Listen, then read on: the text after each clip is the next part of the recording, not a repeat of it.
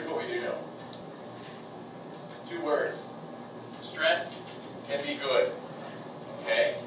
There's something called adaptive stress. I'm going to give you another word here that's not on here, but it is in your text, and I want to make sure you know it. Adaptive stress is a good thing because essentially, at its most base level, it keeps us alive.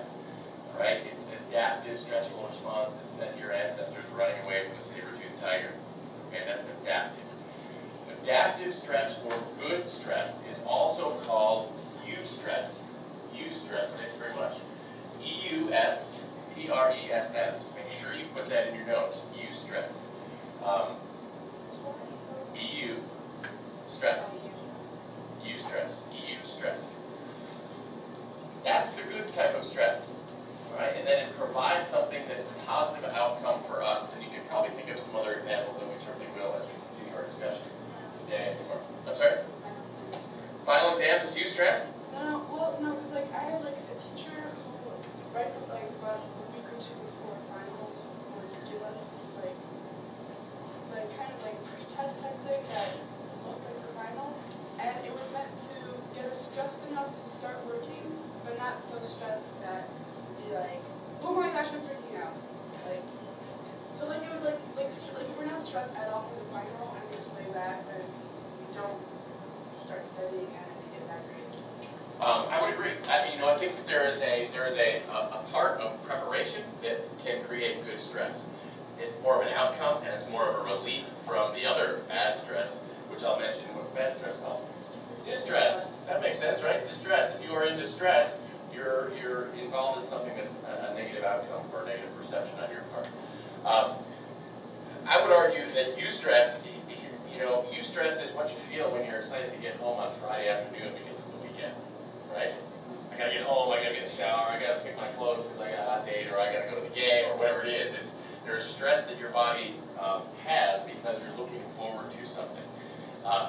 My kids tried to run around the house and play with each other yesterday while they were waiting to frost the cake. Was eustress. They were going out of their minds waiting to frost the cake. Their stress level was up because they wanted to participate in it, but it was good stress for them. Waiting for Santa Claus? Absolutely. Absolutely. Even today. Even today. So stress can be good, and it can be adaptive. Stress can be bad, and it can be maladaptive. We call that distress. But in particular, I want you to use the concept of chronic stress. And we'll talk about chronic stress all the time. What is chronic health? Ongoing, long-lasting. Okay? We mentioned it yesterday just briefly. And for a myriad of reasons, some cultural, some personal, some behavioral, some emotional, our culture generally seems to exist with a higher stress level as baseline. So we wake up in the morning and we're automatically more stressed than someone from a different country. Okay? So that could be an example of chronic stress. But what's interesting, and we'll talk about when we get to your stress scale, is that people respond to stress differently, and people have different coping mechanisms. So a high score that Elsa might have might be a really low score for someone else in the classroom. Does that make sense? Let me say it again. A high stress level for one person might be considered a low stress level for someone else, depending on how you exist, cope, and live with stress normally. Yes? Okay. You all need your packet, right? Okay, I have 2 more that I want to share with you, okay? Can you please do these last 2, and then I want a final score from your sheet. Yes?